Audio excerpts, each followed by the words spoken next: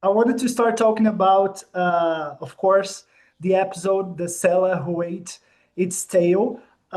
We noticed that not only on this season of Strange New Worlds, but also the previous seasons, the directors were like chosen based on their specific strengths. So, what do you think was a strength of yours that got you to direct this episode? Oh, thank you. Yes, they definitely cast directors on this show. They're very intentional about which episodes go to which people and, whether there's even an episode in a season for a beloved director. So, I think with the first episode, Ad Astra per Spera, I'm known for getting great performances from actors and I think there's a lot of emotion in the work I do. And my favorite thing to do is tell a story about a very important idea that sometimes is a very serious idea or a dark idea, but tell it in a very compelling, accessible way. It's kind of my favorite thing to do. I've made a movie about a mom with bipolar disorder, but it's a movie about love between a mother and daughter. And so you really want to watch it for the relationship. And so I think that comes through in my work and made me a natural choice for my second season episode. And then I think after seeing, what I did with that one, I think, the important journey of Kirk from, a brash, excited young man who thinks he can do it to the Captain Kirk we know, and being able to get that vulnerability and nail all the very specific beats in his arc. I think that made me an attractive candidate for this episode, as well as, the empathy. Both episodes are really about empathy. And I that's very important to me. It's why I left science to become a director, is to make us, hopefully make the world a better place by caring about each other and seeing the other side and the other perspective and meeting in the middle. And so, I think this episode is very much about that as well. Great, Valerie. So you were talking about developing Kirk as a character. During an interview, recent interview, Jonathan Frakes said that when he was directing Paul Wesley, he was like, "Okay, you can go with the flow, but when it's too much, I'll tell you."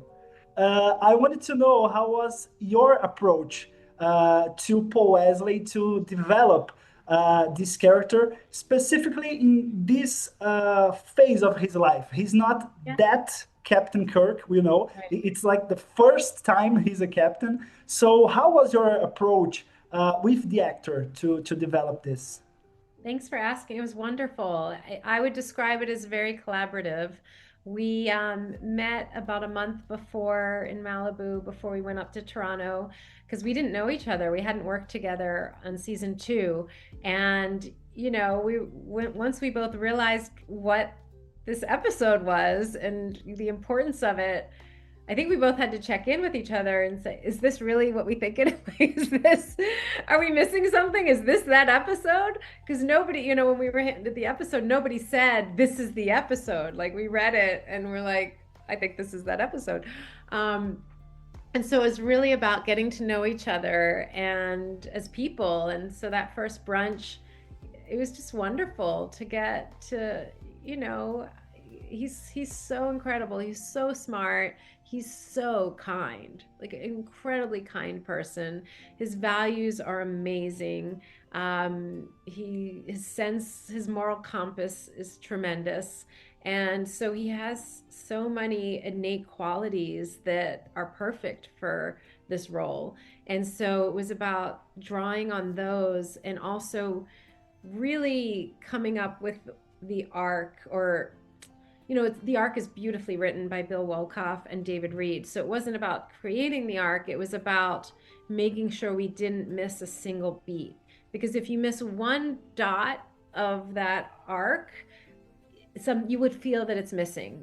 You know, it's you never want that leap from here to here without showing the journey. I don't anyway as a director. And so really I even created a chart because I was a scientist. So for me, I graphed his, journey from, thinking he could lead to actually being able to lead and what that looked like. And it was like, one step forward, two steps back. And that's what's interesting about the episode is the steps back and how he overcomes that. And really it's from learning to listen and taking responsibility. Those are the two things I identified as the actions that make him grow. And so really plotting when those happen, on which line, in which moments, for me as a director, helped me track them and making sure that Paul was doing that and on board and seeing it the same way. And we rehearsed a lot, and it was a beautiful collaboration. Great. I also wanted to talk a little bit about Ad Astra per Aspera, the season 2 episode. I'm a big fan of it. I even have a tattoo here, Ad Astra, if you can see. Because of the episode, or did you Yeah, already have? no, it was because of the episode. You have even the star, the colorful star, which goes here on Una, Uh-huh. right? So I'm a big, big fan of I the want to take a episode. picture. Can I take a Yeah, picture of that? yeah, of course. Can you? Yeah, I think it's better here to read. Oh my gosh. And wait, you're saying it was because of the episode you got the tattoo? Yes, of course. I think the message Ad Astra per Aspera Wow. is very beautiful, and I think the episode was like a perfect fit for this idea.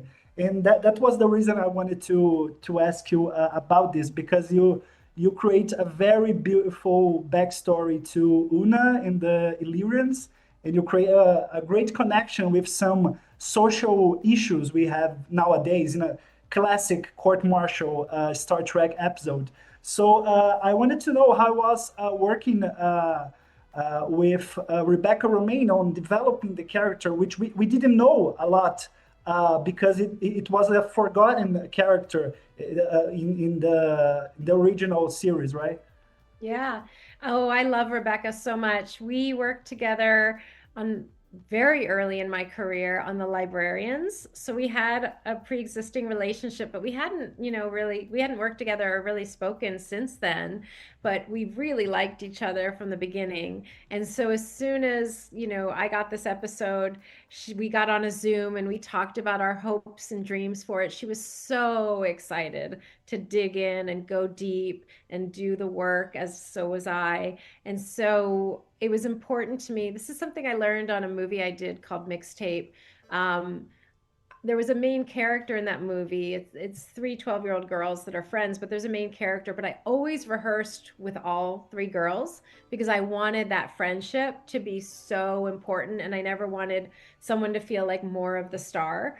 And so from the beginning, I was like, this is a two-hander with you and Yetide. So let's have dinner. And they loved each other from the beginning. I love Yetide. We got so close and we spent a lot of time just talking about what they might have been like as girls, as friends. Like, what was the rift? What were the sleepovers like? What did they talk about? What were their dreams? And so we came up with beautiful backstories that, when I was shooting, and if I needed to give a direction, I could like whisper something in their ear that would, emotionally resonate, either something fictional or real. I can't remember now, but just having that kind of trust from your actors who are willing to open up to you, but also let you, you know, try to pull some emotional levers for them. And I always ask permission first, is incredible. And you can get just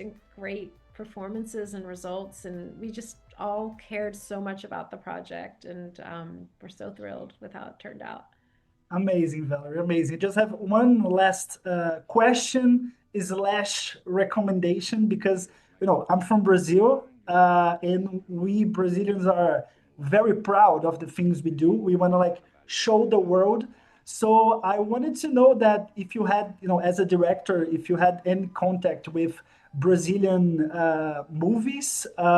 Did you watch any Brazilian movies? Heard of any Brazilian movies? Did you like it? That's a great question. It's quite possible that I have and maybe don't know that they're Brazilian or can't think of them right now. I will say that Pedro Almodóvar is my favorite director. I know he's not Brazilian, I know he's Spanish, but if you feel any connection to him culturally, I mean, I have his book right there on my Oh, great.